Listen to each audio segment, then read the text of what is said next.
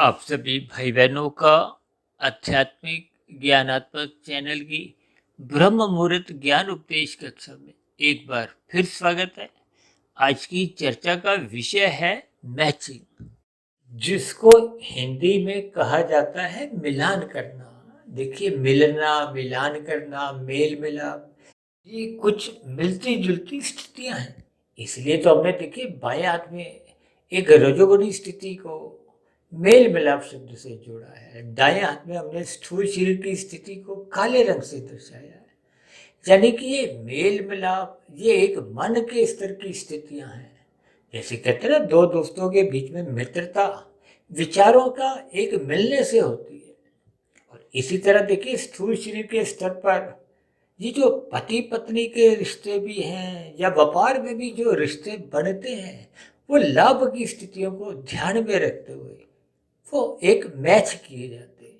अक्सर हम जो बच्चों के भी रिश्ते करते हैं, उसमें भी देखिए ये मैचिंग स्थूल शरीर के स्तर पर ही एक विशेष शक्ल सूरत कहो, कुछ आर्थिक दृष्टिकोण से उसको कुछ विशेष महत्व दिया जाता है। हालांकि हमारा देखिए ये कुछ बातों का विषय नहीं, लेकिन मूल विषय कार्यशील पे आने के लिए इनके मात्र हम एक उदाहरण ले रहे हैं।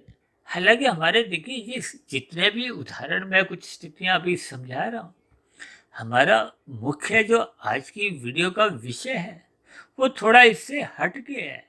लेकिन क्योंकि जिस बात पर हम पहुंचना चाहते हैं, यदि हम उस बात पर ही आरंभ से ही पहुंच जाते हैं, तो अक्सर ऐसी बातें फिर मनुष्य को समझ नहीं आती। तो फिर आपका हमारा जो एक वीडियो सुनने का या मेरा वीडियो बनाने का जो एक उद्देश्य है, वो पूर्ण हो नहीं पाता। देखिए, शास्त्रों की जो बातें हैं, अब जो मूल ज्ञान तो देखिए वेदों में समझाया गया। अब वेदों की बातें तो आरंभिक स्तर पर समझ नहीं आती, इसीलिए मायातीत महापुरुषों ने उसकी सरलीकरण उपनिषदों में किया।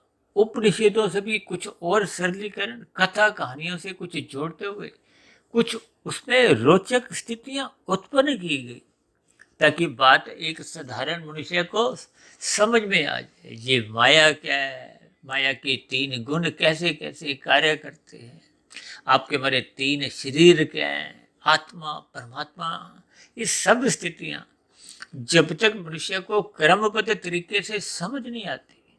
देखिए, परमात्मा के आशीर्वाद से लगभग पिछले 4.5 वर्षों से हम इस आध्यात्मिक ज्ञानात्मक चैनल सुधीर भाटिया फकीर के अंतर्गत लगभग 2000 के आसपास वीडियो हमारी पूर्ण होने जा रही है। और लगभग मैं समझता हूँ 1950 के आसपास वीडियो तो हमने प्रसारित भी कर दी। इन सभी वीडियो के बनाने के पीछे हमारा एक ही लक्ष्य है कि आपके हमारा जीवन, जो कि मनुष्य जोनी देखिए कर्म जोनी है, कहीं भी शास्त्रों में भोग जोनी तो कहा ही नहीं गया। जबकि वर्तमान समय तो देखिए कल युग का चल रहा है। अब कल युग में आप देखोगे कि कर्म जोनी और साधना जोनी, इन दो स्थितियों पर कोई चर्चा नहीं होती। केवल भोग जोनी ही इसको एक समझ लिया गया। जबकि ये भोग जोनी नहीं, मनुष्य से ऊपर की भोग जोनियां तो कही जाती हैं, विशेष प्रकार के सुख भी भोगे जाते हैं। और मनुष्य से नीचे की भी जोनियों को भोग जोनियां कहा जाता है। वहां आपके बड़े मनुष्य जोनी में ही किए गए पाप कर्मों की सजा भुगतनी पड़ती है, भोगनी पड़ती है।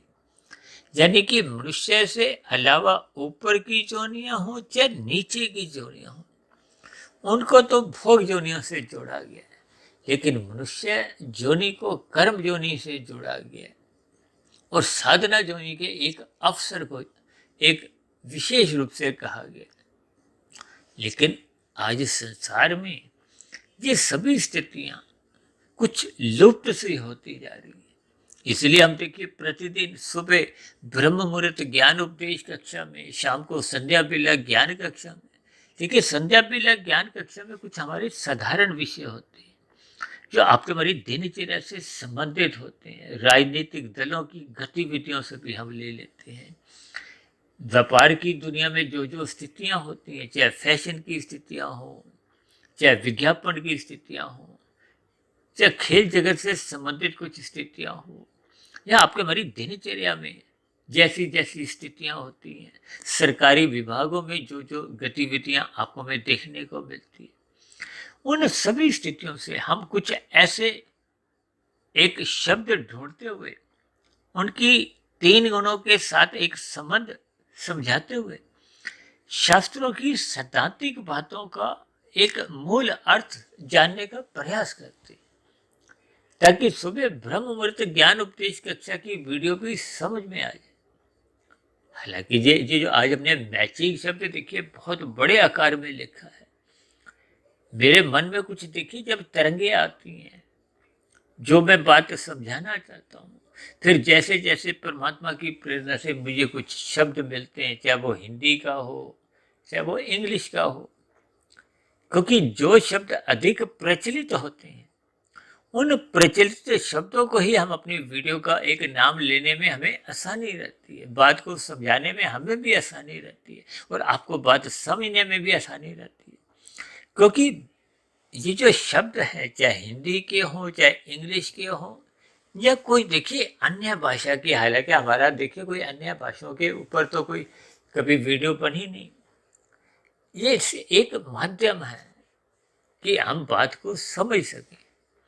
क्योंकि देखिए अलग अलग भाषाओं के जानने वाले भी, चाहे अलग अलग देशों के लोग हैं, हम सभी मूलभूत रूप से तो मनुष्य हैं। और कोई भी मनुष्य है, क्या कोई भी देखिए ऐसा जीव नहीं जो सुख नहीं चाहता। जब जब दुख आते हैं आपके हमारे जीवन में, तो हम उन दुखों से छुटकारा चाहते हैं, भागते हैं, उनसे निवृत्ति चाहते हैं। ये एक स्वभाव है सबका, मेरा आपका सबका। जो मनुष्य देखिए साधना में लग जाते हैं उनका भी यही स्वभाव होता है, वो एक परम सुख की तलाश करते हैं। परम सुख का ही दूसरा नाम शास्त्रों में आनंद कहा गया, और आनंद इस भौतिक माया में है ही नहीं। अब जिस चीज को हम देखिए संसार में ही ढूंढते रहते हैं मरते दम तक, और उस सुखों को पाने के लिए मनुष्य देखिए पाप कर्म करने से भी हिचकता नहीं, तो फिर ये सभी स्थितियां ज्ञान के अभाव में सहज ही आपके हमारे जीवन में देखिए बनती बिगड़ती रहती। लेकिन मनुष्य इन सभी स्थितियों पर कोई विशेष चिंतन नहीं करता, मंथन नहीं करता, क्योंकि आरंभिक स्थितियों में मनुष्य अपने आप को स्थूल शरीर ही समझता है, आत्मा तो समझता ही नहीं।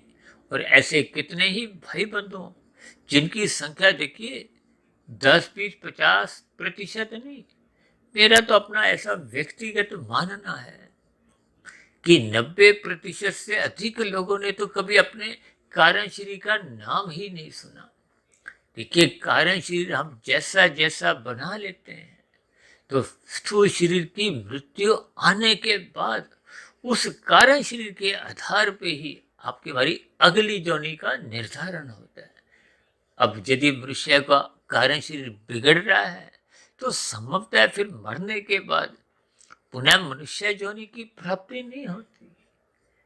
हालांकि समाज में कुछ ऐसी भ्रामक स्थितियां बनी हुई हैं कि मनुष्य मरने के बाद पुनः मनुष्य जोनी में ही जाता है। कहीं कहीं कुछ ऐसी स्थितियां भी लोग मानने में हैं कि मनुष्य मरने के बाद फिर 84 लाख शेष जोनियों में भ्रमण करता है, फिर मनुष्य जोनी मिलती है। देखिए मनुष्य जोनी की महत्ता समझाने के लिए बहुत सी स्थितियां समाज में कह दी जाती हैं, लेकिन शास्त्रों में तो देखिए जो एक क्रमबद्ध तरीके से शास्त्रों आपको मैं ज्ञान देते हैं, उसमें तो प्रत्यक्ष रूप से ऐसा कहा गया है कि संचित कर्मों में मरते समय पुण्य कर्मों की यदि 51% का अनुपात है तो फिर पुनः आपको में मनुष्य जोनी मिल जाती है। और यदि ये अनुपात कम रह जाता है तो फिर निश्चित रूप से देखिए पाप कर्मों का कर्माशय बढ़ जाता है, तो फिर जितना बड़ा हुआ कर्माशय होता है वो क्रमशः नीचे की जोनियों में जाकर फिर आपको में वो दुख रूपी फल भोगने पड़ते हैं। अब जिनके देखिए 90-95% पाप कर्म है, तो उनका तो देखिए बहुत ही नीचे की जोनियों में फिर जन्म प्रकृति लेने को बाध्य कर देती। अब देखिए वनस्पति योनियां जो कि शास्त्रों में ही 20 लाख तरह की बताई गई है, उन योनियों के जो वनस्पति योनि वो तो देखिए चल फिर भी नहीं सकती। अब 20 लाख प्रकार की योनियां तो देखिए बहुत अधिक है। इसी तरह समुद्र में रहने वाले जीव जंतु 9 लाख तरह के हैं, कीड़े मकोड़े कीट पतंगे 11 लाख तरह के हैं। अब ये मिला के 40 लाख हो जाते हैं। इसी तरह पक्षियों की शास्त्रों में 10 लाख प्रकार की योनियां हैं, पशुओं की 30 लाख तरह की योनियां हैं।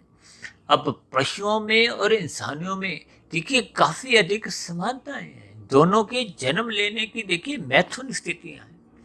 इसलिए तो कहा जाता है कि पशु योनि के बाद मनुष्य योनि की ही एक प्राप्ति होने की संभावना रहती है, बशर्ते संचित कर्मों की वो जो एक शर्त है पाप और पुण्य कर्मों की तुल्यता की, वो फिर मिलनी चाहिए। देखिए ये मिलना शब्द, मिलान कहो, मैचिंग कहो, ये कुछ स्थितियां देखिए आपको धीरे धीरे इस वीडियो को सुनते सुनते कुछ समझ में आने लगेगी।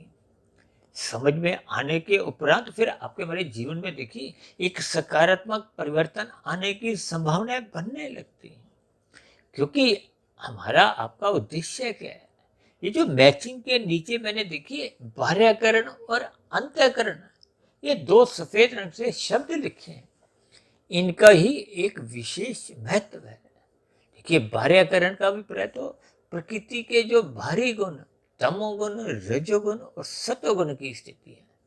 अब देखिए ये एक कर्म में आते हैं, ऐसा नहीं कि कल युग में इनके आने का कर्म बदल जाता है, द्वापर युग में कुछ अलग कर्म था। शास्त्रों में बार बार कहा गया इन 3 गुणों के खेल को समझो। और भगवान श्री कृष्ण जी ने तो गीता में यहां तक कहा है कि ये 3 गुणों का ज्ञान बहुत ही गूढ़तम ज्ञान है।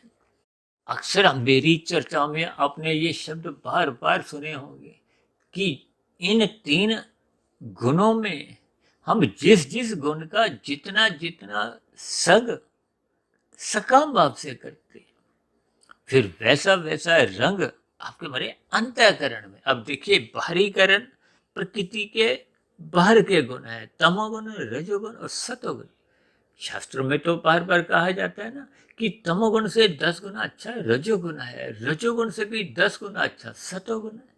वो इसलिए कहा जाता है कि देखिए तमोगुण में निषेध कर्म आते हैं। निषेध कर्म का अभिप्राय जो शास्त्र वेद आपको में मना करते हैं, ये मत करो। जैसे यातायात में देखिए निषेध कर्म पे आपके मेरे चलान करते हैं, तो फिर प्रकृति में भी देखिए जब जब आप निषेध कर्म करोगे, पाप कर्म करोगे, उसको आपके मरे भी देखिए फिर चलान करते हैं। ये चलान क्या है? ये जो प्रतिकूल परिस्थितियां आती हैं, दुख आती हैं, देखिए प्रतिकूल परिस्थितियों में कोई सुख तो मिलता नहीं, दुख मिलता है, पीड़ा होती है, संताप की स्थितियां बनती हैं। अक्सर आपके हमारे जीवन में जब जब दुख आते हैं तो आपका हमारा जीना दुर्भर हो जाता है। ये स्थितियां बहुत ही दयनीय होती हैं। ये जो शास्त्रों में कहा गया ना 4 तरह के भक्त हैं। पहला भक्त कौन सा है? जब जब दुख आते हैं आर्थ भक्त है। ये जो हम आरती करते हैं, आर्त से ही आरती शब्द निकला है। अब जब दूसरा भक्त कौन है? अर्थार्थी, जो परमात्मा से सुख चाहता है। और जिज्ञासु, जो परमात्मा को जानने में उसकी रुचि जागृत हो जाती है। और प्रेमी, जो सदा ही परमात्मा से अपना संबंध बनाए रखता है, उसकी प्रीति सदा बनी रहती है। ये मायातीत भक्तों की स्थिति एक प्रेमी भक्त से, ज्ञानी भक्त से जोड़ी जाती है। लेकिन देखिए आज हमारा विषय ये जो मैचिंग शब्द है, ये अपने आप में ही बहुत बड़े आकार में हमने इसीलिए दर्शाया है। अब ऊपर तो हमने देखिए एक मेल मिलाप शब्द, एक राशि रजोगुण की स्थिति दर्शाई है। और ये जो स्थूल शरीर को हमने देखिए काले रंग से दर्शाया है। ये सभी स्थितियां देखिए आपको में रंग भी, और ये जो 3 शरीर हैं, ये सब अलग अलग बोध करवाते हैं। क्योंकि देखिए स्थूल शरीर तो 84 लाख प्रकार की जोनियां हैं। और अभी हमने बताया ना, जैसा जैसा कारण शरीर बन जाता है हम बनाते हैं, हम स्वतंत्र हैं। कोई आपके ऊपर कोई थोपती वाली चीज नहीं है कि आपको ये अगली जोनी में जाना पड़ेगा। ये हम स्वयं निर्णय लेते हैं।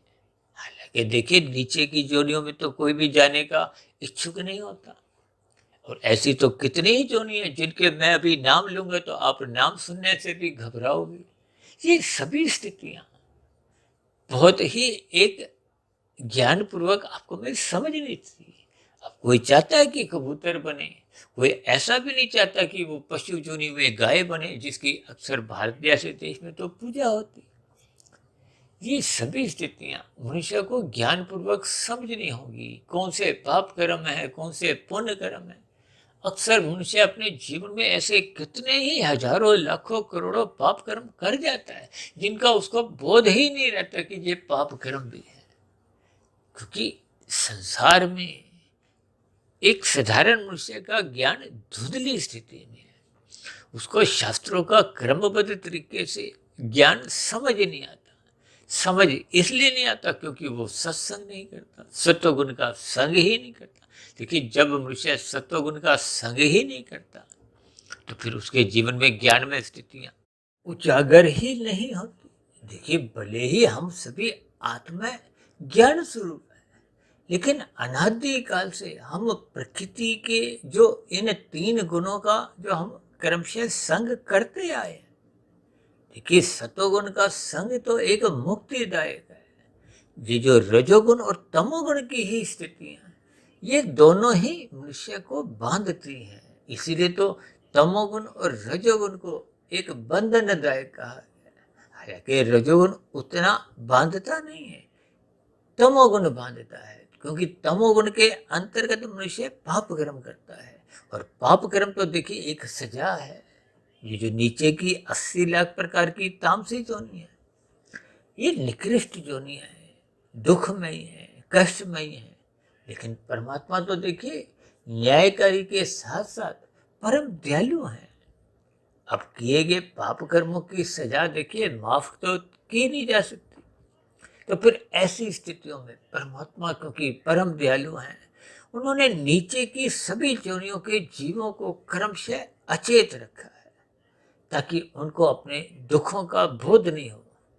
अक्सर हम डॉक्टर के पास जब कोई दांत का दर्द हो, कोई और कान का दर्द हो, या कुछ ऐसे ही देखिए कुछ दर्दनाक स्थितियां हो, तो डॉक्टर उस स्थिति विशेष का इलाज करते समय उस स्थान को सुन्न कर देता है, अचेत कर देता है, किसी भी कोई देखिए केमिकल द्वारा, इंजेक्शन द्वारा, ताकि आपको में एक कष्टदायक स्थिति का बोध नहीं हो।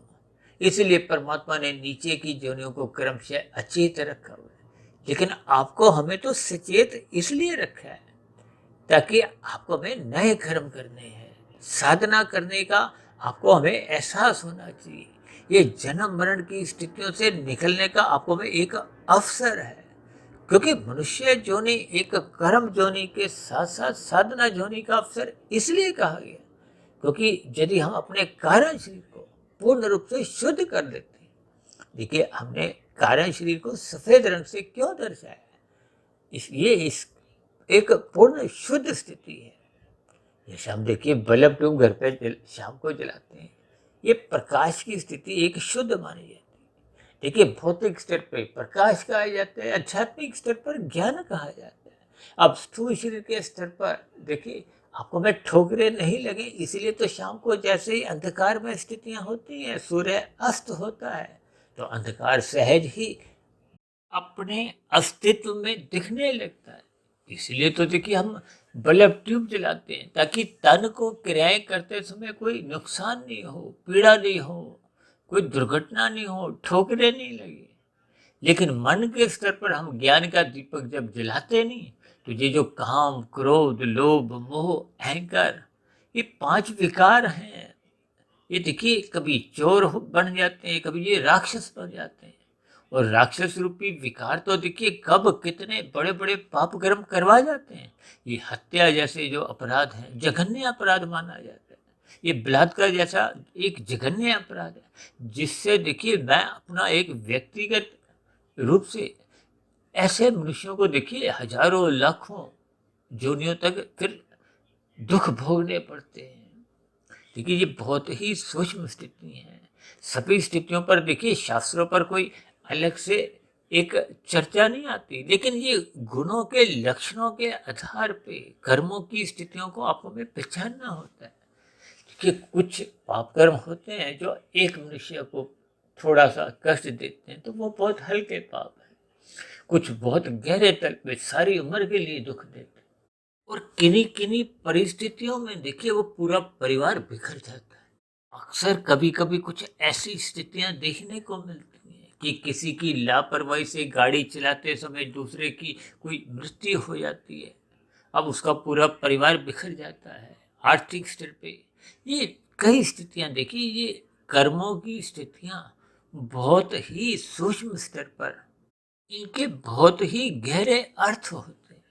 भगवान श्री कृष्ण जी ने गीता में ऐसा भी कहा है कि अच्छे अच्छे बुद्धिमान मनुष्य भी इस कर्म की बारीकियों को समझने में चकरा जाते हैं, बुद्धि काम नहीं करती। और हम तो देखिए इन कर्म फल सिद्धांत के ऊपर हमने, मैं समझता हूँ कि 40-50 वीडियो तो हमने देखी है, प्रत्यक्ष रूप से ही बनाई है। कितनी ही वीडियो हमने देखी पाप कर्मों के ऊपर ही, एक उन पर एक विशेष प्रकाश डाला है। लेकिन मनुष्य इन सभी स्थितियों को कर्मबद्ध तरीके से समझता नहीं है, चिंतन नहीं करता। देखिए जब तक हम सुनने के बाद चिंतन मनन की स्थितियों से नहीं गुजरते, तब तक फिर आपके हमारे जीवन में एक ज्ञान की सूक्ष्म कड़ियां समझ नहीं आती, कारण शरीर में ज्ञान टिक नहीं पाता। इसलिए तो हमने देखिए ये बाह्यकरण और अंतःकरण की स्थितियों पर विशेष रूप से आज हम चर्चा करने जा रहे हैं। देखिए ये जो हमने ऊपर मेल मिलाप लिखा है, ये एक राजसी स्थितियां हैं, या यूं कहो कि राजसी स्थितियों का संबंध देखिए मन बुद्धि के स्तर पर होता है। कभी कभी आप देखते हो ना, दो मित्रों के बीच में बहुत ही घनिष्ठ संबंध बन जाते हैं। वो किस लिए बन जाते हैं? क्योंकि जब आपके मेरे मन बुद्धि के स्तर पर एक विचार मिलने लगते हैं। और ये जो हमने दाएं हाथ में देखिए स्थूल शरीर की स्थिति लिखी है, ये स्थूल शरीर देखिए हमने काले रंग से दर्शाया। किस लिए? क्योंकि आपके हमारे स्थूल शरीर देखिए स्वाभाविक ही ये तामसी हैं, ये पृथ्वी जल अग्नि वायु आकाश के बने, इसलिए इसको हम तामसी दर्शाते हैं। देखिए तमोगुण की तो शास्त्रों में ही बार बार कहा गया निंदा करो। वो निंदा इसलिए कहा गया, हालांकि हमने देखिए कोई स्थूल शरीर की निंदा नहीं करते। अब यहाँ इसका ये भावार्थ है, भगवान श्री कृष्ण जी ने तो आपके हमारे शरीर को, मनुष्य जोनि के शरीर को एक रथ का नाम दिया, इसकी महत्ता समझाई। और कहीं कहीं देखिए हम इस शरीर की जो तकनीकी रूप से, सैद्धांतिक रूप से शास्त्रों में पृथ्वी जल अग्नि वायु आकाश को एक तामसी पदार्थ जोड़ा गया। और आपके मेरे जो 5 भोग्य विषय हैं, जिनके कारण माता के गर्भ में आपके मेरे स्थूल शरीर का निर्माण प्रक्रिया आरंभ होती है, वो इसके सूक्ष्म भूत गंध रस रूप स्पर्श और शब्द, इन्हीं सूक्ष्म भूतों के कारण ही आपका बड़ा माता के गर्भ में एक निर्माण प्रक्रिया आरंभ होती है। यानी कि ये सूक्ष्म तत्व भी तामसी हैं। इन सभी स्थितियों को देखिए, जब हम कहते हैं ना तमोगुण की निंदा करो, या शास्त्र कहते हैं, तो इसका भी प्राय उसके जो एक निषेध कर्मों से लिया जाता है। पाप कर्मों की निंदा करो, बुराई की निंदा करो, अधर्म पूर्वक जो जो स्थितियां आप देखते हो उनकी निंदा करो, इनके ये भावार्थ हैं। देखिए मैं तो बार बार कहता रहता हूँ, शब्दों को समझो, उनके अर्थों को भी समझो। हालांकि देखिए अर्थ तो बदलते नहीं है, लेकिन समय समय पर कुछ अलग अलग वीडियो में उनके भावार्थ कुछ बदल जाते हैं। ये जो शास्त्रों में पुण्य कर्म की स्थिति है, ये राजसी और सात्विक स्थिति है। रजोगुण में रहते हुए हम अपने एक साधारण पुण्य कर्म करते हैं, जिसमें हम अपने सुख को सुनिश्चित करते हैं, दूसरों को ना दुख देते हैं ना सुख देते हैं। ये तो एक साधारण परिस्थिति है, लेकिन फिर भी इनको देखिए पाप कर्मों में तो नहीं लिया जाता। ये राशि स्थितियां जो कि आज संसार में देखने को मिलती है। शास्त्र तो यहाँ तक कहते हैं कि एक साधारण मनुष्य स्वभाव से ही राजसी है। ये जो राजसी है, इसलिए तो ये इतने सारे जो कर्म कांड जो विशेष रूप से भारत में देखिए, आप देखते ही हो ना, ये कर्म कांड भी देखिए एक सत्वगुण का रास्ता प्रशस्त करते हैं, आपको हमें सत्वगुण में ले जाते हैं। अभी कुछ दिन पहले हमने एक वीडियो बनाया था ना संध्या बेला ज्ञान कक्षा में, कि कर्म कांड एक फ्लाईओवर है। फ्लाईओवर का अभिप्राय क्या होता है कि हम अपनी मंजिल पे थोड़ी जल्दी पहुंच जाते हैं, भीड़ भड़का नहीं मिलता। इसी तरह ये कर्म कांड भी आपको हमें रजोगुण से जल्दी से सत्वगुण में ले जाते हैं। अब सत्वगुण में हम जाते हैं, वहां पहुंच जाते हैं, लेकिन वहां जब हम रुकते नहीं हैं तो फिर स्थितियां कुछ विशेष फलदायक बन नहीं पाती। देखिए हर 6 महीने बाद ये नवरात्रि की स्थितियां आती हैं, और भारत जैसे देश में तो हर दूसरे तीसरे दिन कोई ना कोई देखिए पर्व होता है, कोई जन्मोत्सव होता है, जब कुछ जयंती मनाई जाती है। ये सभी देखिए स्थितियां आपको हमें सत्वगुण से जोड़ती हैं। लेकिन मनुष्य सत्वगुण में जाता है, यदि श्रद्धापूर्वक नहीं जाता तो वहां रुकता नहीं। अक्सर मनुष्य सत्वगुण में जाके हाथ लगा के वापिस लौट आते हैं। वापिस कहाँ लौट आते हैं? अपने संसार में, अपने घर में। घर क्या है? एक साधारण मनुष्य का घर देखिए राजसी है। ये राजसी का अभिप्राय देखिए रजोगुण से है। ये जो 5 भोग्य विषय हैं, ये जो शास्त्रों में तो स्त्री पुरुष का जो एक आपसी आकर्षण है उसको भी रजोगुण से जोड़ा गया है। देखिए किसी भी स्थिति में इन गुणों की कोई निंदा नहीं है, क्योंकि गुण तो हमने नहीं बनाए, ये अनादिकाल से चल रहे। लेकिन किस गुण का कितना संग करना है, इसका ज्ञान मनुष्य को होना चाहिए। और ज्ञान होता है सत्संग करने से, सत्संग होता है सत्वगुण का संग करने से। और उस सत्वगुण का मनुष्य जब अपने जीवन में संग ही नहीं करता, देखिए ये 3 गुण मैंने कहा ना क्रम में आते हैं, ये बाह्य स्थिति है। अब मनुष्य देखिए ब्रह्म मुहूर्त में सोया रहता है, ये सत्वगुण की एक शुद्धतम स्थिति।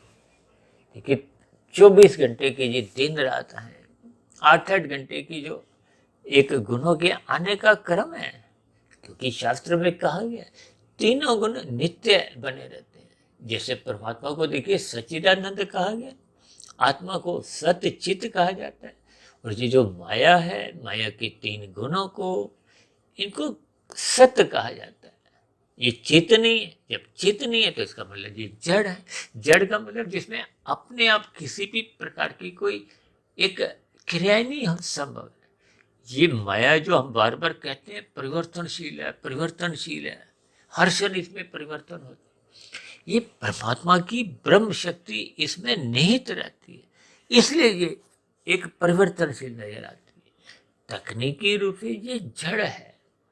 और जड़ का अभिप्राय देखिए, ये जो 3 गुण हैं, इन 3 गुणों को एक इकाई मानते हुए इन 3 गुणों का जो एक विस्तार है, देखिए तभी तो जगत को कहा जाता है ये अनित्य है। भले ही करोड़ों अरबों वर्षों तक बना रहता है, लेकिन फिर भी ये दिखने वाला जो जगत है ये वास्तव में है नहीं, ये एक विस्तार है। विस्तार का अभिप्राय ये 23 तत्वों का जो एक ब्रह्मांड है, इसमें 24वां तत्व ये इन 3 गुणों की स्थिति है। अभी कुछ दिन पहले हमने एक चर्चा की थी ना, 24 तत्वों का ब्रह्मांड, 24 तत्वों के आपके बड़े 3 शरीर। देखिए 3 शरीर क्या है? स्थूल शरीर, सूक्ष्म शरीर, कारण शरीर। स्थूल शरीर 5 तत्वों का, पृथ्वी जल अग्नि वायु आकाश। सूक्ष्म शरीर 17 तत्वों का, 5 आपके बड़े भोग्य विषय, 5 ज्ञानेन्द्रियां, 5 कर्मेंद्रियां, 1 मन, 1 बुद्धि, 17 तत्व। और ये जो कारण शरीर है, ये कारण शरीर देखिए जो हम सकाम भाव से, कर्ता भाव से, अहंकार युक्त होकर कर्म करते हैं, ये मैंने किया, ये मैंने किया। उस मैंने का किए का अभिप्राय सकामता से लिया जाता है, कर्तापन से लिया जाता है। जब हम करते हैं तो फिर हमें भोगना पड़ता है। करते क्या है? इन 3 गुणों का जब हम सकाम भाव से संग करते हैं तो वो हम कर्ता बन जाते हैं। अब कर्ता को ही भोक्ता बनना पड़ता है, यानी कि जो हम कर्म करते हैं उसका हमें फल भोगना पड़ता है। देखिए पुण्य कर्मों का तो आप त्याग भी कर सकते हो, पाप कर्मों का आप पर हम त्याग कर नहीं सकते। देखिए किसी को भारत सरकार यदि कोई इनाम देती है, पुरस्कार देती है, तो आप लेने से मना कर सकते हो। लेकिन जब जब कोई अदालत किसी को भी सजा देती है, उस सजा को हम मना नहीं कर सकते कि मुझे नहीं चाहिए, मेरी इच्छा नहीं। वहां फिर इच्छा को महत्व नहीं दिया जाता। जैसे मनुष्य योनि में देखिए, ऊपर की योनि में जाने की यदि इच्छा नहीं है तो आपको में बाध्य नहीं किया जाता, भले ही आपके मन एक पात्रता बनी हुई है, पुण्य कर्मों की अधिकता है। लेकिन नीचे की योनियों में यदि पाप कर्मों की अधिकता है तो आपकी हमारी मनमानी नहीं चलती कि हमने नीचे की योनियों में जन्म नहीं लेना, वो फिर लेने को हम बाध्य हो जाते हैं। देखिए, स्वतंत्रता तो केवल मनुष्य योनि में आपको हमें मिल चुकी है, क्योंकि ये कर्म योनि है। बिना स्वतंत्रता की तो फिर कर्म फल सिद्धांत अपने आप में ही एक अर्थहीन माना जाएगा। इसलिए इन सभी स्थितियों को आपको मैं ज्ञान पूर्वक समझना है। ये जो मैंने नीचे मैचिंग का शब्द लिखा, ये बाह्यकरण अंतःकरण, हमने अंतःकरण सुधारना है। अंतःकरण का अभिप्राय देखिए, वैसे तो मन बुद्धि अहंकार से लिया जाता है, कहीं कहीं मन बुद्धि चित्त अहंकार से भी लिया जाता है। देखिए, ये अलग अलग स्थिति हैं। मन का ही एक हिस्सा मन कहलाता है, एक हिस्से में देखिए चित्त भी कहा दिया जाता है। योग दर्शन में आता है ना, चित्त वृत्तियों का निरोध। ये जो मन में बार बार वृत्तियां विचार आते हैं, अब रात को जब हम सोने जाते हैं, स्थूल शरीर के स्तर पर तो सभी मनुष्य देखिए लेट जाते हैं। नींद सबको तो नहीं आती।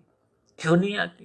क्योंकि मन के स्तर पर विचार चलते रहते हैं। जब मन के विचार रुक जाते हैं, देखिए मन के विचारों का रुकना ही एक शून्य स्थिति आती है। तो आपका हमारे स्थूल शरीर सूक्ष्म शरीर के स्तर पर हम नींद लेते हैं, और जब ये नींद और गहरी हो जाती है तो फिर हम कारण शरीर के स्तर पर नींद लेते हैं। वो सात्विक नींद मानी जाती है। कभी कभी हम कहते हैं ना, बहुत गहरी नींद में मैं सोया, क्योंकि गहरी नींद में ये आनंद की कुछ झलकें होती हैं। ये सभी स्थितियां देखिए, बार बार हम कहते हैं ना, तमोगुण से 10 गुना अच्छा रजोगुण है, रजोगुण से 10 गुना अच्छा सतोगुण है।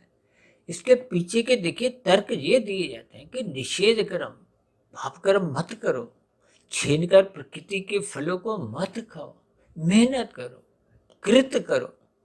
इसलिए तमोगुण से 10 गुना अच्छा क्या है? रजोगुण। मेहनत करो फिर फल खाओ। और रजोगुण से भी अच्छा सतोगुण की इस उद्देश्य से कहा जाता है कि मेहनत करो, कृत करो, फिर पाए गए फल को पहले खुद मत खाओ, दूसरों को खिलाओ। ये एक परोपकार के कार्य है। देखिए, ये सब स्थितियों में कहीं ना कहीं कुछ एक विशेष भाव होते हैं।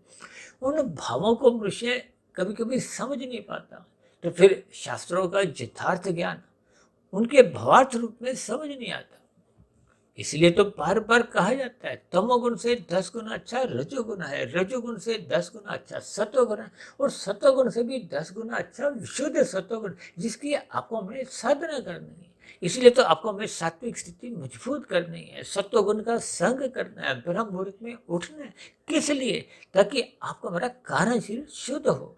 ये हमने मैचिंग करनी है। देखिए, ये मैचिंग शब्द को आज हमने मुख्य रूप से इसीलिए विशेष महत्व दिया कि ये मैचिंग हमने कारण शरीर के स्तर पर विशेष रूप से करनी है।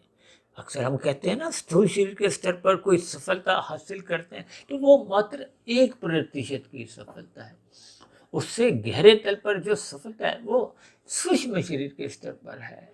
सूक्ष्म शरीर से भी गहरे तल की जो सफलता है वो कारण शरीर की सफलता है। यानी कि स्थूल शरीर की सफलता 1% का महत्व रखती है, सूक्ष्म शरीर की सफलता 10% का महत्व रखती है, और कारण शरीर की सफलता, कारण शरीर की सफलता क्या है? जब हम कारण शरीर में शुभ संस्कार बनाने में सफल हो जाते हैं। यानी जैसे जैसे कारण शरीर शुद्ध होता जाता है, यानी कि शुभ संस्कार बढ़ते जाते हैं, फिर उतना वो कारण शरीर का अनुपात शुद्ध हो जाता है। जब ये पूर्ण रूप से शुद्ध हो जाता है तो फिर आपका हमारा कारण शरीर पूर्ण रूप से एक मायातीत की स्थिति में पहुंच जाता है। जब कारण शरीर पूर्ण रूप से शुद्ध हो जाता है तो फिर आत्मा के ऊपर किसी भी प्रकार का कोई एक मल विक्षेप का, किसी भी तरह का कोई एक आवरण नहीं होता। आत्मा अपने मूल स्वरूप में लौट आती है। देखिए, आत्मा जब मूल स्वरूप में लौट आती है तो आत्मा का और परमात्मा का तो पहले से ही सजातीय संबंध है। ये तो तमोगुण और रजोगुण की स्थितियों ने उसमें बंधन डाला हुआ था। ये तमोगुण में मनुष्य कब गिरता है? जब उसका रजोगुण बिगड़ता है। रजोगुण कब बिगड़ता है? जब उसको सतोगुण की लगाम से हम नियंत्रित नहीं करते। सतोगुण की लगाम किसकी कमजोर होती है? जो सत्संग करता नहीं है, सतोगुण का संग नहीं करता, ब्रह्म मुहूर्त में उठता नहीं। यानी कि हमने 12 गुणों में सतोगुण का संग करना है। यही एक मैचिंग है। देखिए, जिनका तमोगुण का अधिक संग होता है उनमें फिर तामसिक वृत्तियां अधिक जगने लगती हैं, अंतःकरण तामसी बनने लगता है। देखिए, ये मैचिंग शब्द के बहुत ही गहरे अर्थ है। इसलिए तो आज हमने देखिए इंग्लिश में इतना बड़ा बड़ा बोल्ड, जिसको बहुत बड़े बड़े आकार में हमने शब्द दिखाए, इसीलिए ताकि इस मैचिंग शब्द को हम अपने मन बुद्धि के स्तर पर एक विशेष महत्व दें। देखिए, ये नकारात्मक स्थितियों में भी मैचिंग जब बन जाएगी तो वो फिर खतरनाक परिणाम लेके आएंगी। अक्सर आप देखते हो ना, जब मनुष्य तमोगुण का अधिक संग करने लगता है, आज मनुष्य रात को देखिए 1 बजे तक, 2 बजे तक, 3-3 बजे तक जागते हैं। कभी कभी कुछ भाई बहन मेरे ऊपर प्रश्न करते हैं कि आप तो 1 बजे उठ जाते हो, और जो मनुष्य 3 बजे सो रहा है, तो उसकी स्थिति और आपकी स्थिति में एक अंतर कैसे आ गया? देखिए, इसी पर ही फिर मुझे एक वीडियो बनाना पड़ा, जो कि मैंने अभी कुछ दिन पहले एक वीडियो प्रसारित किया था ना, कि सोते समय तमोगुण की स्थितियां होती हैं, सोने से पूर्व की रजोगुण की स्थितियां होती हैं, और सोने के बाद उठने पे ये सतोगुण की स्थितियां होती हैं। अब आप ये भी प्रश्न रख सकते हो कि उठने के बाद और सोने से पहले की तो एक जागृत अवस्था होती है। देखिए, ये दोनों ही स्थितियों के एक अंतर है भावों में। एक सोने के बाद के उठने की स्थिति है। आप स्वयं अपने व्यक्तिगत जीवन पर इन सभी स्थितियों पर जब आप विचार करोगे तो आप पाओगे कि सोकर उठते समय आपके अंतःकरण की स्थितियां शांत होती हैं, यानी कि एक ज्ञान में स्थितियां होती हैं, तो सतोगुण की प्रधानता होती है। अब बाहर भी अगर सतोगुण चल रहा है तो ये उनकी एक मैचिंग हो जाती है।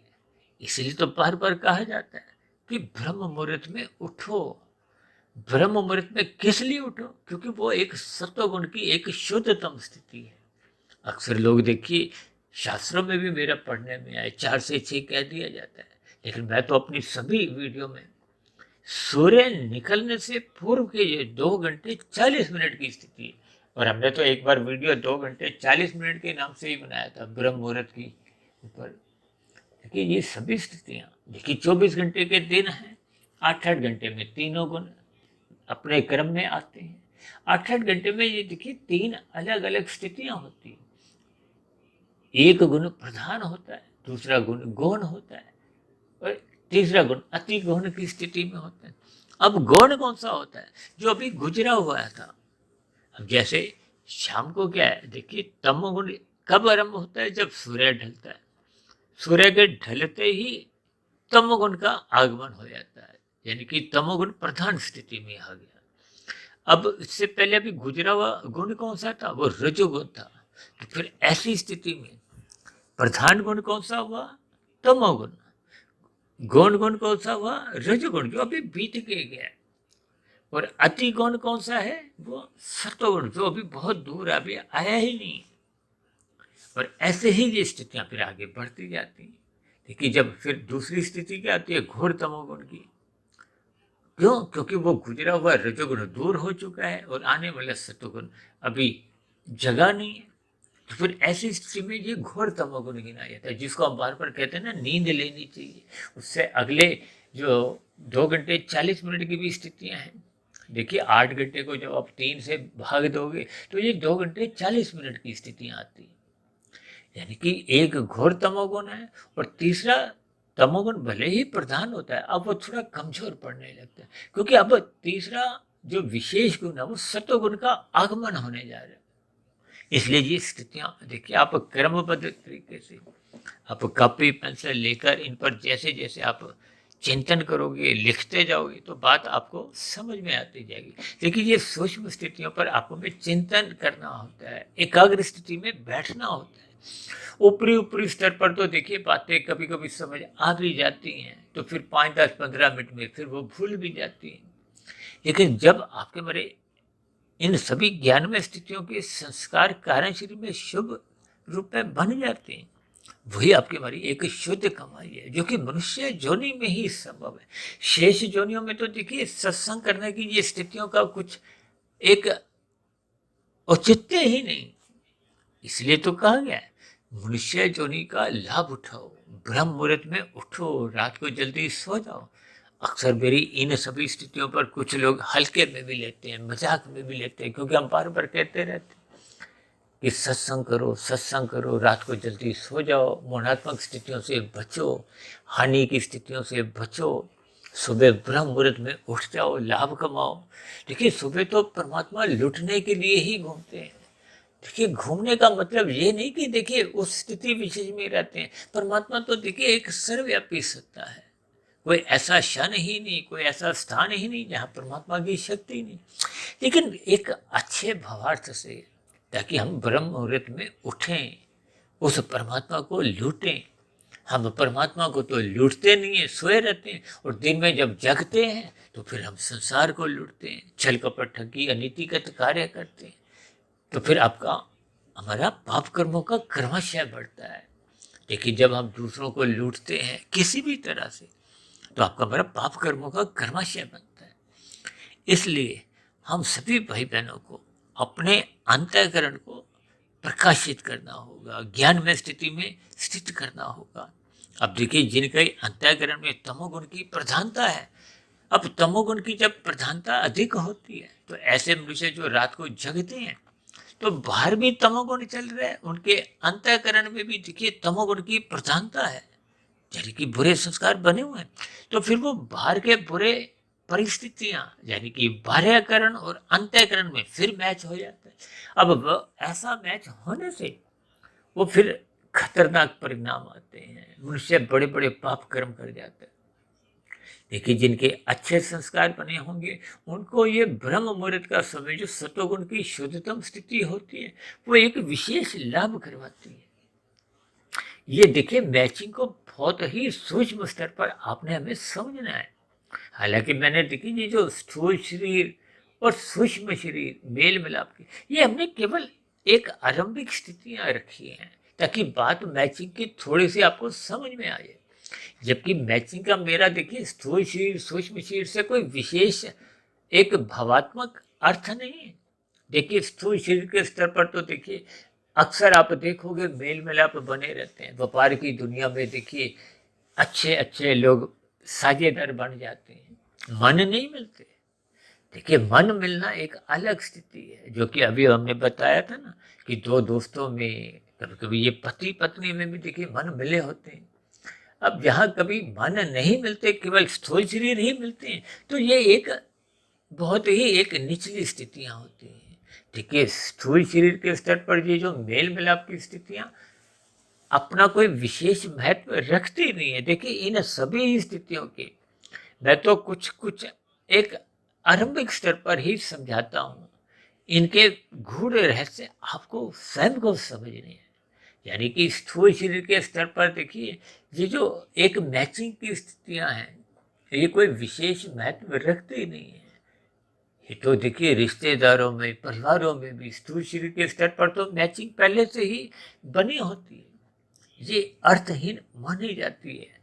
जब जब ये मन के स्तर पर विचार नहीं मिलते, स्वभाव नहीं मिलते। इसलिए तो मैंने देखी जो मेल मिलाप शब्द जो रजोगुण से दर्शाया है, रजोगुण का अभिप्राय यहाँ सूक्ष्म शरीर से है। देखिए मन बुद्धि की स्थितियां को सूक्ष्म शरीर से विशेष रूप से जोड़ा जाता है। कहते हैं ना मन मिल गए तो फिर सब कुछ मिल जाता है।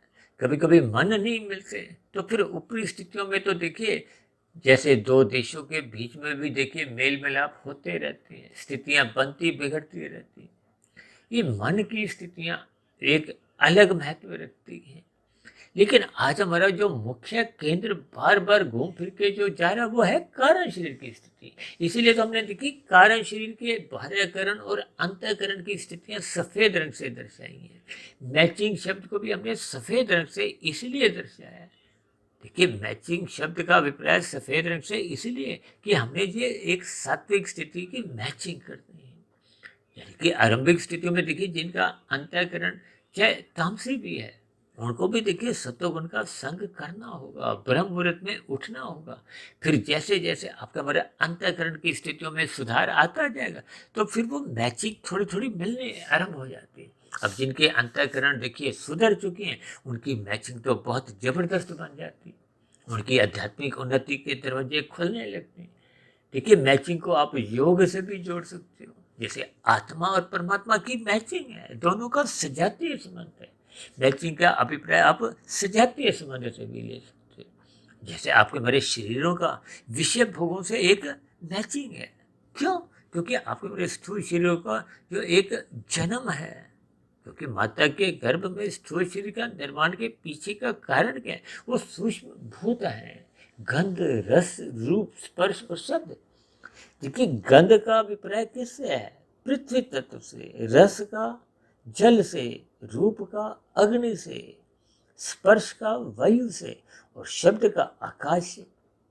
ये सभी स्थितियां बहुत ही क्रमबद्ध तरीके से आप इस पर चिंतन करते करते परमात्मा के ज्ञान विज्ञान को आप समझ सकते हो। इसलिए तो हम बार बार कहते हैं, प्रकृति के 3 गुणों की स्थितियों को समझो। और पिछले लगभग देखिए 2 ढाई 3 वर्षों से तो अब हम जितने भी वीडियो बनाते हैं उसमें ये जो रंगों की स्थितियों को हम विशेष महत्व देते हैं।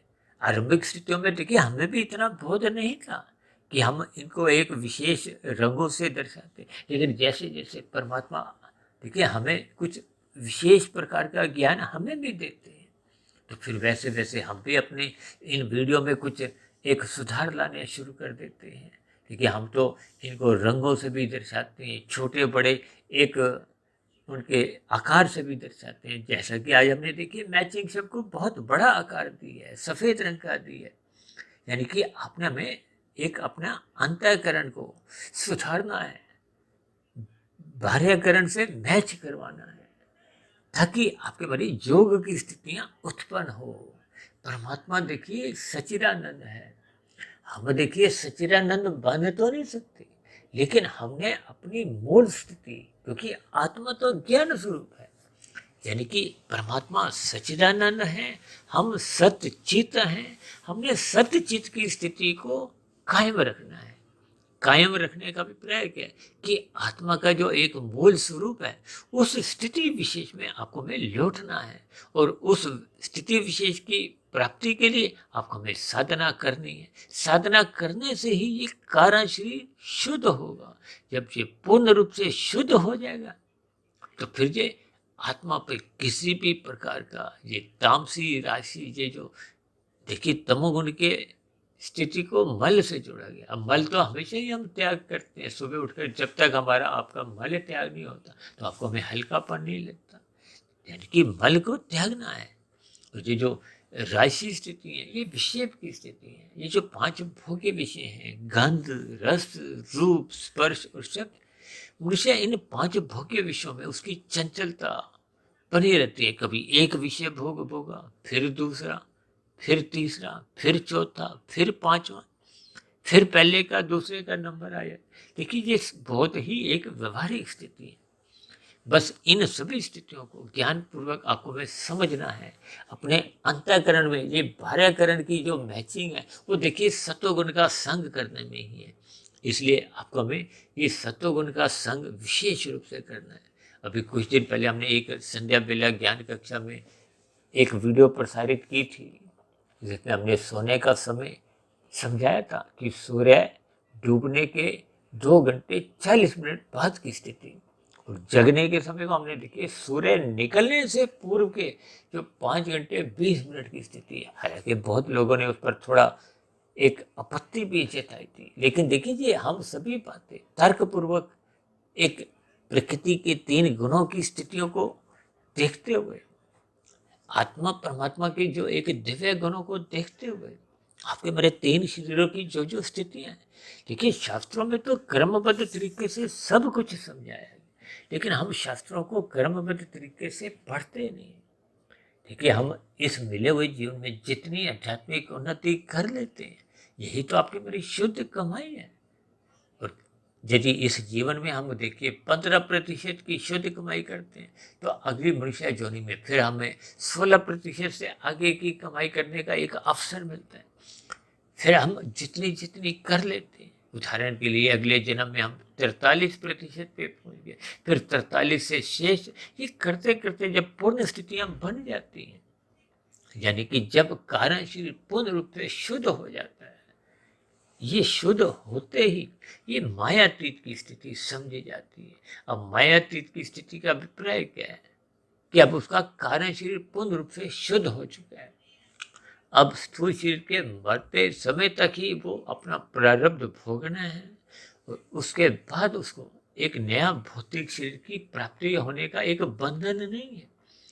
देखिए परमात्मा की प्रेरणा से एक स्वेच्छा रूप से धर्म के प्रचार के लिए एक पार्षद बनकर, एक अवतारी पुरुष बनकर वो अपनी स्वेच्छा से तो आ सकते हैं, लेकिन एक बंधन रूप में, देखिए हम सभी भाई बहन एक बंधन रूप में आना पड़ता है, कर्मों की स्थितियों का फल भोगने के लिए आना पड़ता है। इसलिए तो बार बार भगवान श्री कृष्ण जी गीता में अर्जुन के माध्यम से आपको भी समझाते हैं कि कर्म योग में स्थित हो, क्योंकि कर्म योग में आपके हमारे कर्म निष्काम भाव से होते हैं, जो कर्म फल सिद्धांत के जो एक कायदे कानूनों से बाहर हो जाते हैं, फिर हम बंधते नहीं। देखिए निष्काम भाव से किए गए कर्म बांधते नहीं, तो फिर हम प्रकृति के बंधन से बंधते नहीं। आरंभिक स्थितियां देखिए कर्म योग की है, विज्ञान योग की है, फिर भक्ति योग की स्थिति है। इन सभी स्थितियों को आपको विज्ञान पूर्वक समझते हुए, ये मैचिंग शब्द को देखिए मैंने बहुत ही अलग अलग स्थितियों में, जैसे जैसे परमात्मा मुझे कुछ प्रेरित करते गए, जैसे जैसे मन में मेरे कुछ उदाहरण आते गए, इन सभी स्थितियों पर मैंने कुछ प्रकाश डाला।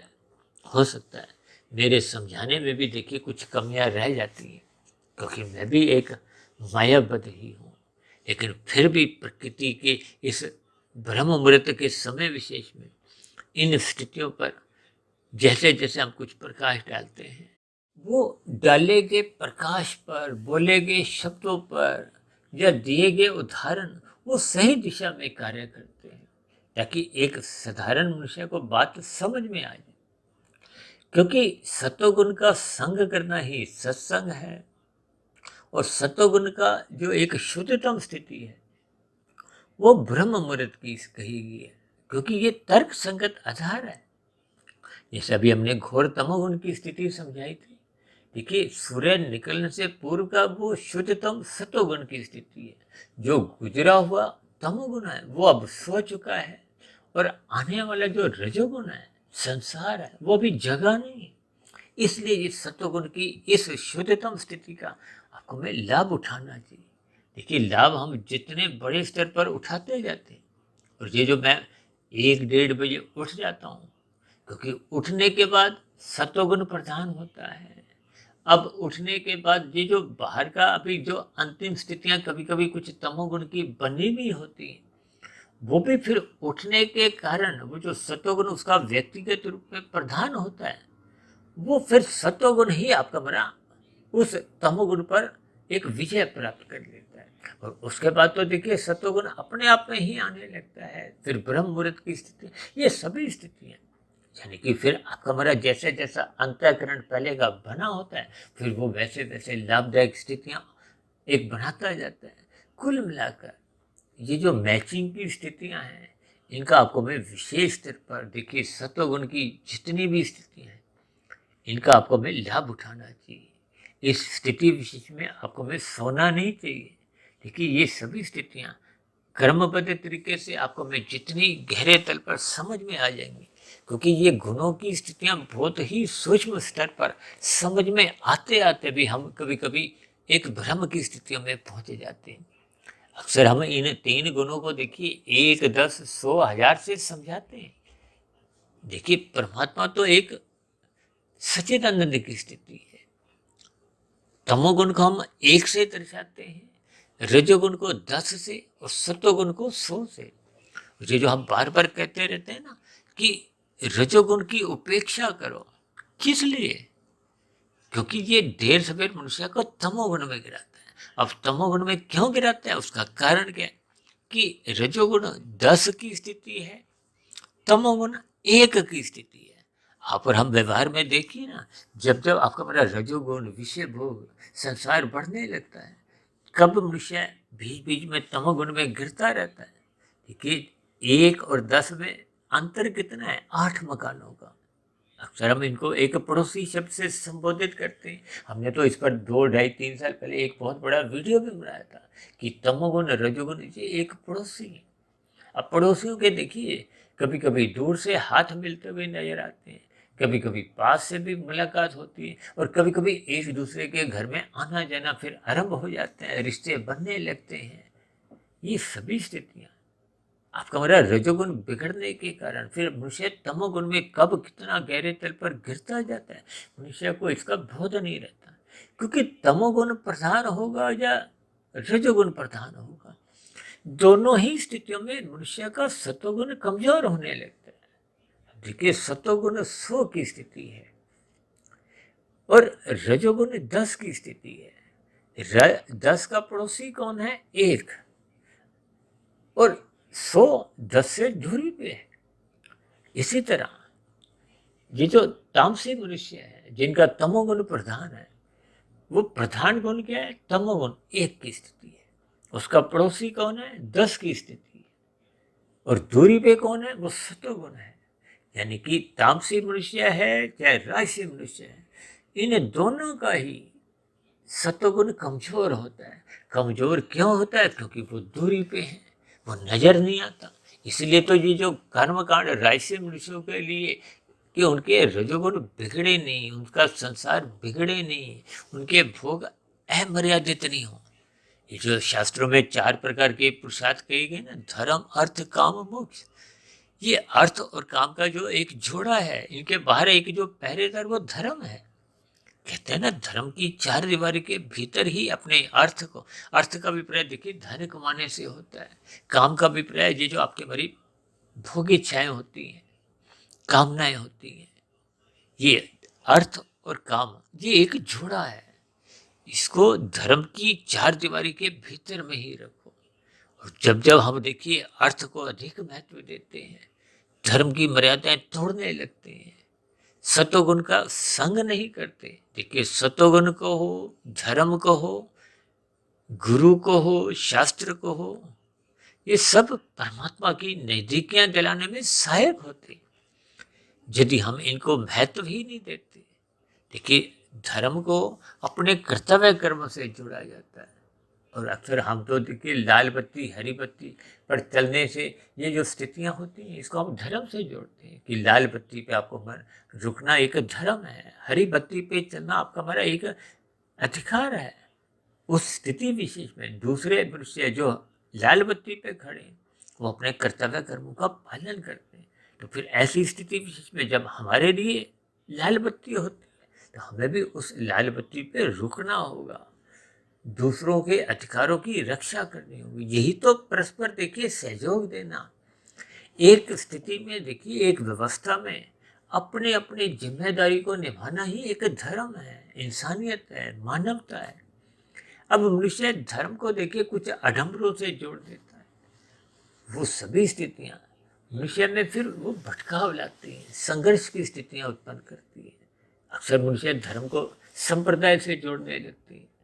और कभी कभी आप देखोगे ना कि कभी कभी कोई ऐसे संदेश आते हैं, इसको 100 बार इधर उधर भेजो। देखिए, धर्म की स्थितियां पढ़ने से, बोलने से नहीं, निभाने से आती।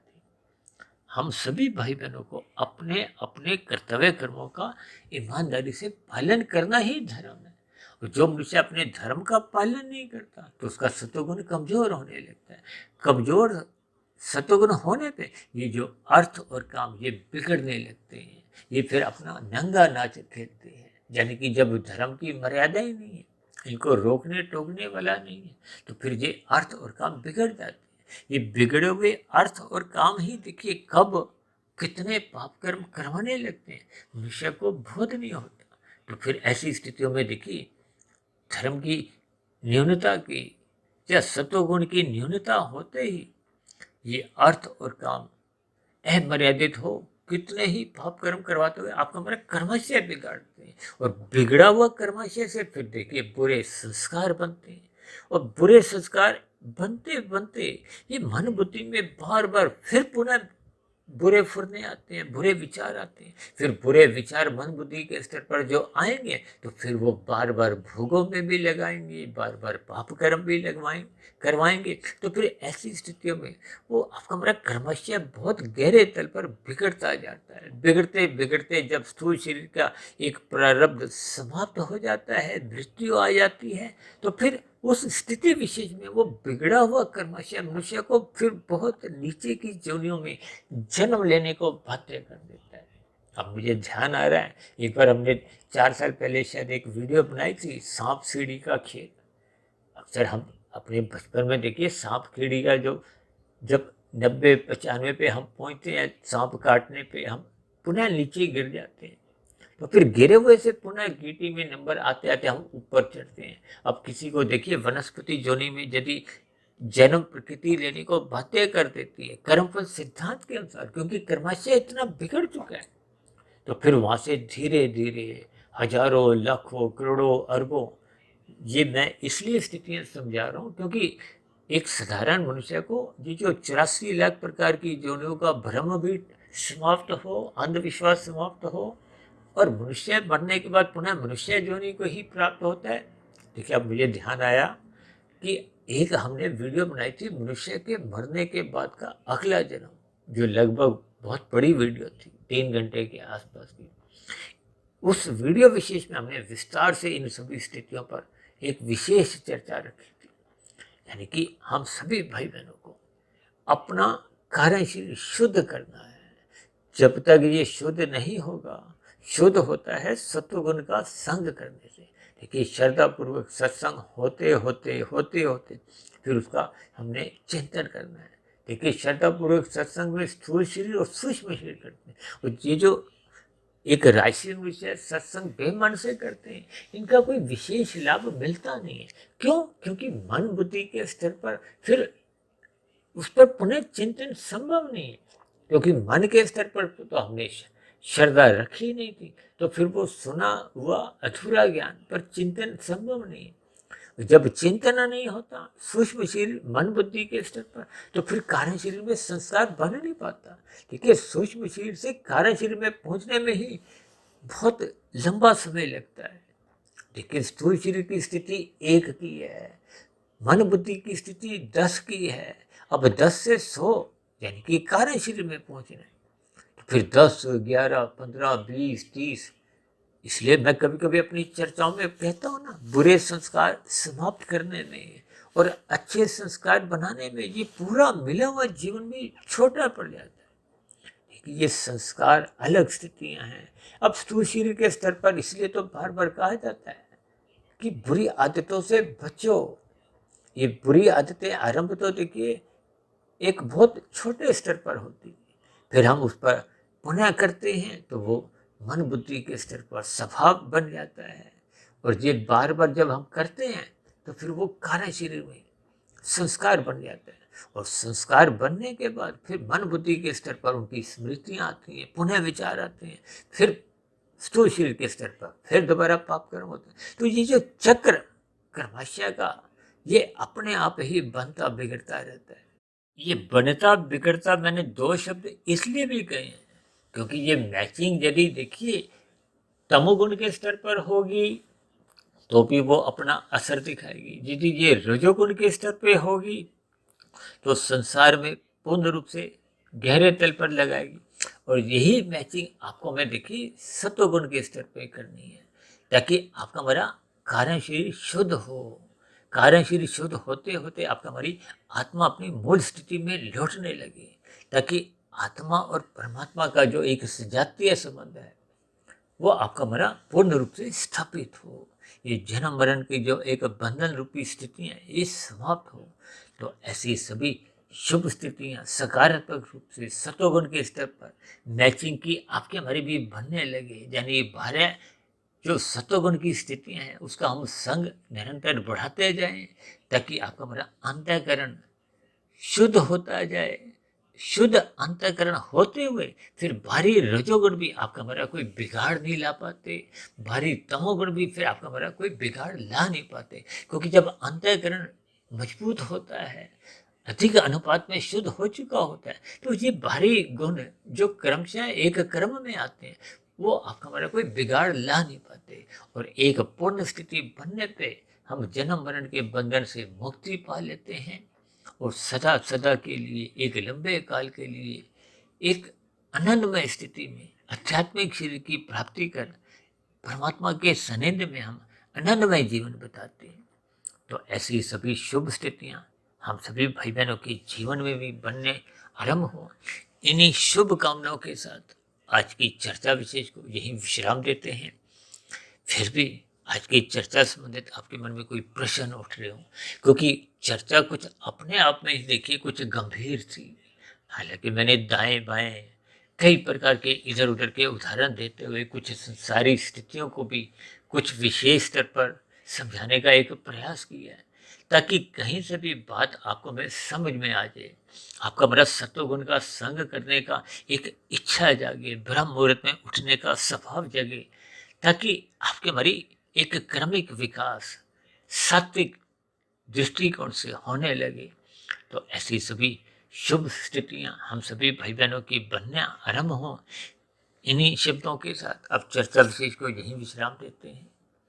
फिर भी आज की चर्चा संबंधित आपके मन में कोई प्रश्न उठ रहा हो, तो आपके प्रश्नों का, और यदि मेरी कही गई बातों पर आपको कहीं भी किसी भी स्तर पर कोई आपत्ति हो, शिकायत हो, तो आपके प्रश्नों के साथ साथ आपकी शिकायतों का भी नीचे दिए गए कमेंट्स बॉक्स पर या प्रश्नोत्तर ज्ञान कक्षा में सदा ही स्वागत है। अब शाम को फिर मिलते हैं संध्या बेला ज्ञान कक्षा में। तब तक आप अपने आध्यात्मिक मित्र सुधीर भाटिया फकीर को इजाजत दें। आप सभी भाई बहनों को बार बार मेरी ओर से रात को जल्दी सोने के लिए शुभकामनाएं, सुबह ब्रह्म मुहूर्त में उठने के लिए, विशेष रूप से ये मैचिंग की स्थितियां बनाने के लिए बहुत बहुत शुभकामनाएं। चर्चा विशेष को ध्यानपूर्वक एकाग्र भाव से सुनने के लिए आप सभी भाई बहनों का भी बहुत बहुत धन्यवाद।